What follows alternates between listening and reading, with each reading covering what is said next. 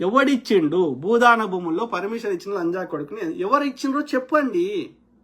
BRS హయాంలో ఇవ్వడం జరిగింది, కాంగ్రెస్ హయాంలో భూదాన భూములకు ఎలాంటి పర్మిషన్ ఇవ్వలేదు. ఏదైనా ఉంటే ఆధారం తీసుకురా. ఒకటే ఒక తప్పు ఏంటంటే ఆ బీఆర్ఎస్కి సంబంధించిన సంకనాకి ఆ కలెక్టరు ముందస్తు నోటీస్ ఇవ్వకుండా కూలగొట్టడం తప్పు. గంతే, కూలగొట్టడం తప్పు కాదు, ముందస్తు నోటీస్ ఇవ్వకుండా ఆ కలెక్టర్ గాడు చేసిన తప్పుకి కాంగ్రెస్కి పొద్దుగాలేస్తే చేస్తున్నారు. ఆ భూముల రిజిస్ట్రేషన్ చేసింది బీఆర్ఎస్ హయాంలో జరిగింది. ఆ దొంగనా కొడుకులు చేసిన వాళ్ళంతా బీఆర్ఎస్ సంబంధించిన వాళ్ళే, ఆ కూలగొట్టినోడు కూడా బీఆర్ఎస్ సంబంధించిన వాడే. అయినా సరే కాంగ్రెస్ పార్టీ మార్చి 15 లోపల వాళ్ళందరికీ యొక్క ఇందిరమ్మ ఇల్లు కట్టించింది. ఆ దొంగలకు శిక్షలు వేయడం ఒకటి మిగిలింది, అదే వేయాలి. సో చేయమంటున్నా బ్రదర్. రేవంత్ రెడ్డి ఎవడెవడైతే దొంగనా కొడుకులు ఉన్నారో లక్ష్మీనారాయణ బ్రదర్, ఆ దొంగనా కొడుకులని శిక్షించమని నేను కూడా కోరుతున్నా. ఇంకా కఠినంగా వ్యవహరిస్తలేవు. బీఆర్ఎస్ వాడు దోసుకున్నాయి, బీజేపీ ఎవడెవడైతే దొంగనా కొడుకులు ఉన్నారో ఆధారాలు బయట పెట్టి వాళ్ళందరూ లోపలేరా అని నెత్తినోరు కొట్టుకుంటున్నా. చేస్తలేడనే రేవంత్ రెడ్డి మీద కోపం వస్తుంది. ఆ 1% 2% సంకనాక్తుండు ఈ గాడిది అని చెప్పి అని తిడుతున్నా రేవంత్ రెడ్డిని. అర్థమైందా? ఆ కఠినంగా శిక్షించడంలో ఆ యొక్క ఎందుకు తొట్టుపాటు చేస్తున్నావు, ఎందుకు లేకపోతే వాళ్ళతో ఇంటర్నల్ డీల్ చేసుకుంటున్నామో అది కాంగ్రెస్ సిద్ధాంతానికి కరెక్ట్ కాదు. అది దొంగనా కొడుకులను శిక్షలేయి. ఆ బీఆర్ఎస్ అయినా బీజేపీ అయినా ఈవెన్ కాంగ్రెస్లో ఉన్న కొంతమంది దొంగనా కొడుకులైనా వాళ్ళని శిక్షించు అని రేవంత్ రెడ్డిని అప్పుడప్పుడు తిడుతుంటా కదా.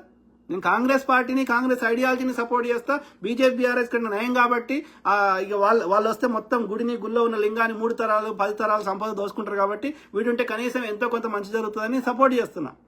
That does not mean Revanth Reddy ఆయన ఈ యొక్క 1-2% లంగతనం పడతా అంటే తిడుతున్నాం కదా, చేయమని చెప్తున్నాం కదా.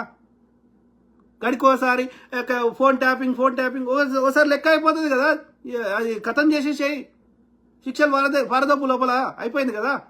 ఊకే గడికోసారి దాన్ని అప్పుడప్పుడు తీసుకురావాలి, మళ్ళీ మూసేయాలి ఎందుకు? నేను రేవంత్ రెడ్డి కొంత ఏమంటారు అది ఉన్నది, కొంత ఈ చిచోరా ఉన్నది. బట్ కానీ at the same time Congress అనేది ఒక పెద్ద జాతీయ పార్టీ కదా. కాంగ్రెస్ పార్టీకి ఒక సిద్ధాంతం ఉంది కదా. సో ప్రజలకు జరిగే పెద్ద పెద్ద పెద్ద ప్రయోజనాన్ని నేను తాకట్టు పెట్టలేను కదా ఒక్క రేవంత్ రెడ్డిని చూపెట్టి. 10 ఏళ్ళు వాడే ఉన్నాడు కదా బీఆర్ఎస్. మళ్ళీ బీఆర్ఎస్ వస్తే ఇంతకంటే గలీజ్ అవుతుంది కదా. కనీసం ఇలా పెన మీదకెళ్ళి పొయ్యిల పడ్డట్టు అవుతుంది కదా. ఇక బీజేపీ అయితే అసలు అక్కడ మానవత్వమే లేదు కదా. కాబట్టి ఉన్న అన్ని ఆప్షన్లలో కాంగ్రెస్ ఈజ్ 100% బెస్ట్. ఆ ఉన్న 1-2% రేవంత్ రెడ్డి ఇట్లా చిచోరా చేస్తే ఆయన కూడా చక్కదిద్దే ప్రయత్నం చేద్దాం. మాలకరుణ్, బీజేపీ జెండా మోస్తున్న బీసీలు మరి ఇడ్డి ముండ కొడుకులు బ్రదర్, బీసీ హిందువులకు బాపనోళ్ళ హిందువులకి పెళ్లిళ్ళు చేస్తారా అన్న చేయరు బ్రదర్. చేస్తే అప్పుడు అందరం లేదు బ్రదర్. ఈ బీసీలలో కొంతమంది చాలా మంది ఎడ్డి నా కొడుకులు ఉన్నారు.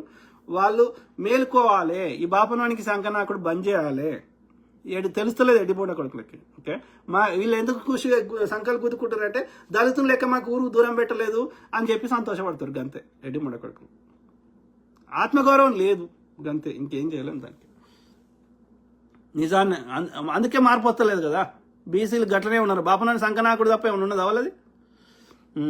రాజేష్ మామిడిపల్లి బ్రదర్, చదువుకున్న బీసీలు కూడా అట్లే వచ్చారు. మరి నీ చదువెందుకురా? విషయాన్ని అర్థం చేసుకోలేకపోతే నీ ఆత్మగౌరవం లేదు ముండ కొడుకులకి అంతే. నిజాన్ని అంగీకరించే దమ్ము లేదు. అట్లీస్ట్ దళితులకి ఆ దమ్ము ఉంది కాబట్టి వాళ్ళు గట్టి కొట్లాడుతున్నారు. అప్పుడు కొట్లాడారు కాబట్టి వాళ్ళని ఊరికి దూరం పెట్టారు. ఈ బీసీ ముండ కొడుకులు ఏంటంటే సబ్ సర్వెంట్, దాసోహం. ఆత్మగౌరవం లేదు ముండ కొడుకులకి. రాజేష్ మామిడిపల్లి బ్రదర్, బత్తాయి గాన్లు మందుల శామ్యూల్ ఇంటి మీద దాడి చేశారు. ఆయన క్షమాపణ చెప్పిన తర్వాత కూడా ప్రతి దాడి చేయాలి బ్రదర్, అప్పుడే మాట వింటారు ఈ బత్తాయి గాళ్ళు. తెలంగాణ సాంగ్ శ్యామ్ మాట్లాడుతున్నాడు కానీ ఎవరు రావట్లేదు. మార్వాడి గోబ్యాక్ విషయంలో ప్రతిదాడి చేస్తేనే బత్తాయిగాళ్ళు దారికి వచ్చారు. ఇప్పుడు కూడా ఖచ్చితంగా ప్రతిదాడి చేయాలి. చేస్తే మాట వింటారు. బత్తాయిగాళ్ళు దాడులు చేస్తే వాళ్ళు గొప్ప అనుకుంటారు సైలెంట్గా. అదే బ్రదర్, తెలంగాణ వాళ్ళకి తెలిసింది ఇది ఒక్కటే, ఎట్లానే చేసి మతం సెట్టుకు తిప్పాలి, ప్రతి అంశాన్ని గొడవ పెట్టాలి. సో ఆ శామ్యుల్ది ఏమైందో నాకు పూర్తిగా తెలియదు, చూస్తా, తర్వాత చూస్తా. మందుల Samuel Madiga issue and BC Bandi Sanjay attack on Samuel గురించి మాట్లాడు అన్న. తప్పకుండా బ్రదర్, దాని గురించి నేను ఇరాక్ వారి గురించి చూస్తుండే. సో తప్పకుండా నేను అది చూసినాక మాట్లాడతా రేపు ఎల్లుండో. మందుల శామ్యుల్ది ఈ బొమ్మిరెడ్డి అంటేనే మల్లారెడ్డి బొమ్మిరెడ్డి అంటేనే బీఆర్ఎస్ అంకనాకుతాడు ఆయన. ఓకే, ఎందుకురా అయ్యా, ఇప్పుడు 10 ఏళ్ళు ఉన్నావు కదరా.